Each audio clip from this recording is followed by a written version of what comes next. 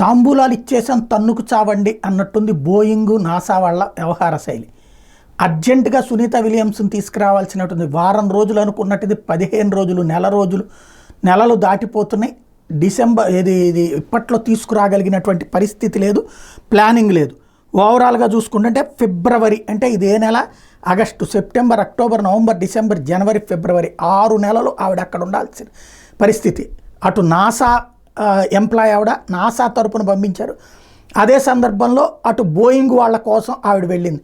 చివరికి ఆ machine failure అన్నటువంటిది ఆవిడ జీవితానికి సమస్య తీసుకొచ్చింది. ఎందుకంటే నెలల తరబడి అక్కడ ఉంటే వచ్చేటటువంటి సమస్యలు ఏంటన్నది తెలుస్తోంది. ఇప్పటికే సునీత విలియమ్స్ కంటి చూపు మందగిస్తోంది అన్నటువంటి విషయం తాజాగా వెల్లడవుతున్నటువంటి అంశం. భారరహిత స్థితిలో ఎక్కువ కాలం ఉండడం వల్ల ఇలా జరుగుతోందని చెప్తున్నారు.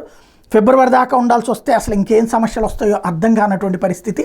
అయితే ఒక్కళ్ళు దీని మీద ఒక్క జాతీయ పత్రికలు, ఒక్క జాతీయ ఛానళ్ళు, ఒక్క అంతర్జాతీయ పత్రికలు, అంతర్జాతీయ ఛానళ్ళు లోపల పేజీలకు తోసేస్తున్నారు. అటు బోయింగ్ వాళ్ళు ఇచ్చే డబ్బులా లేకపోతే కనుక అమెరికా అదుపులో మీడియా ఉండటం వల్ల అనేది అర్థం కాదు.